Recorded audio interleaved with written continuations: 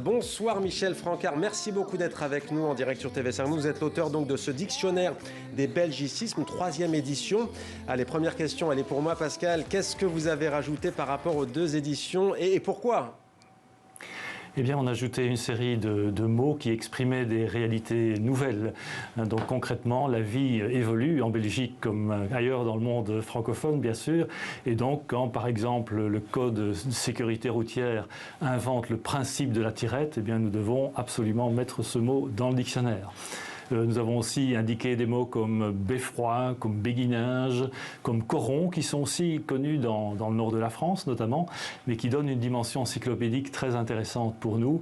Et enfin, nous avons aussi introduit des mots qui étaient passés en dehors de nos radars. Donc, par exemple, des mots comme méritoirement, qui signifie honorablement. Donc, c'est-à-dire des formes que des amis français nous ont fait observer comme étant des belgicismes. Alors, bonjour, monsieur Francard. Moi, je vais profiter de votre présence, un compatriote, pour faire un petit quiz à Mohamed. Alors, on reste en musique avec Angèle. Vous savez que le premier disque de Angèle s'appelait Brol. Qu'est-ce que ça veut dire, Brol? Alors là, franchement, collé d'entrée, je ne sais pas. Alors, Brol, ça veut dire pagaille, bazar. Deuxième petit... Oui, voilà. Donc, deuxième petit mot. Qu'est-ce qu'un marquoir? Un marquoir? C'est un marque-page? Non, vous qui êtes fan de football, surtout je connais pas du tout. football français et peut-être belge, mais je vais laisser monsieur Francard vous expliquer ce qu'est un marquoir. Ça fait beaucoup rire les journalistes français de football. Oui, c'est le panneau d'affichage en fait, sur lequel le score s'affiche dans les compétitions sportives. Oui. Un marquoir. Voilà. Alors, voilà, il y a plein de petits mots comme ça. On va regarder un extrait d'un film que vous connaissez sûrement, Dickeneck, et on en parle juste après. Ils m'ont tapé dans le dos, ils m'ont arraché ma veste, ils m'ont pris mon GSM, tout nouveau. Soi-disant, mon téléphone aurait sonné. Voilà, GSM, téléphone, il le dit, il le traduit directement. Monsieur Francard, qu'est-ce que Dickeneck? Un Dickeneck, c'est un personnage qui est fanfaron, qui est vantard. Donc, dans d'autres régions de Belgique, on dit un grandiveux. Alors, ce qui est intéressant ici, c'est qu'en fait, il y a des mots français qui sont influencés par le flamand, bien sûr. Est-ce qu'il y en a beaucoup dans votre dictionnaire ? Alors, je ne peux pas vous donner un chiffre, mais c'est certain que toutes les langues en contact avec le français parlé en Belgique influencent cette variété de français. Alors, que ce soit le flamand, avec des mots comme brol ou dickeneck, etc., que ce soit peut-être aussi le wallon ou le picard, donc ce sont des langues romanes de Wallonie, et ça donne des mots comme grandiveux, comme chinis, etc.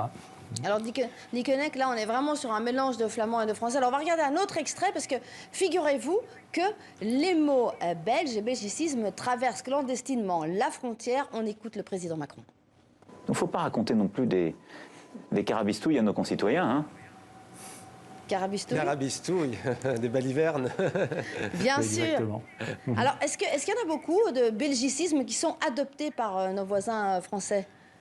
Alors, je répondrai en 2 temps. Donc, des belgicismes qui se retrouvent dans le nord de la France également sont évidemment adoptés plus facilement par nos voisins français.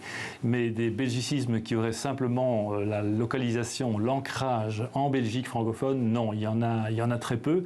Mais c'est à tort, évidemment, parce que ce serait intéressant, par exemple, qu'en France, on trouve un équivalent ou qu'alors on adopte une forme comme conducteur fantôme, par exemple, pour désigner quelqu'un qui roule à contresens. C'est un belgicisme, je ne le savais pas. Oui, c'est un belgicisme. C'est un belgicisme. Michel Francard, parfois le français de Belgique est plus juste d'un point de vue de grammatical et de syntaxe. Parfois c'est l'inverse. Je prends un exemple qui ne va pas dans le sens des Belges. C'est par exemple pour dire plus il est gentil, plus je m'en méfie. Les Belges vont dire parfois au plus il est gentil, au plus je m'en méfie, il faut s'en méfier. Ce qui n'est pas vraiment juste. Est-ce qu'il y a un complexe des Belges par rapport aux Français de France ? Alors je pense qu'il a en tout cas existé jusqu'il y a peu, et c'est un complexe qui est nourri par les Belges eux-mêmes, hein, donc il ne s'agit pas de rendre les Français responsables de cette situation. Mais on peut dire que depuis le début de ce siècle, avec notamment des études comme celles qu'on a faites pour montrer ce qu'était effectivement la variété du français en usage en Belgique, je crois qu'il y a une forme de reconnaissance, de valorisation qui fait qu'on est moins dans le registre de la faute que dans le registre de la revendication. Alors c'est une revendication de type identitaire, si vous voulez, qui valorise la connivence, qui valorise la convivialité, mais qui fait que nous sommes effectivement fiers de ce français tel que nous le pratiquons. Bon, alors on va terminer encore un dernier quiz. Non, peut-être. Mon cher... Ah, bien, pas mal. Bravo. Mohamed, Bravo. qu'est-ce qu'une ramassette? Ça veut dire oui, bien sûr, hein, non, peut-être. Ah oui, bah oui. Faut le dire. Exactement. Alors, qu'est-ce qu'une ramassette? Une pelle. Ah, une C'est pelle de la à poussière. C'est Ah, ça bah, on peut pas Ah, vous bah dire. j'en ai au moins une bonne.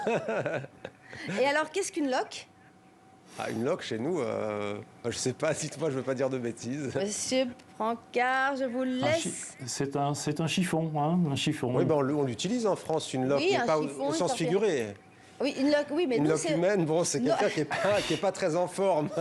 Exactement, évidemment. Bon. Bon, Eh merci ben- en tout cas, merci à vous Pascal, et merci infiniment à vous d'avoir été avec nous. Oui Pascal? Alors, Menneke, arrête de faire ton franc-ski, on range ta loque et ta ramassette. Voilà. On va se boire une jatte et après on ira souper.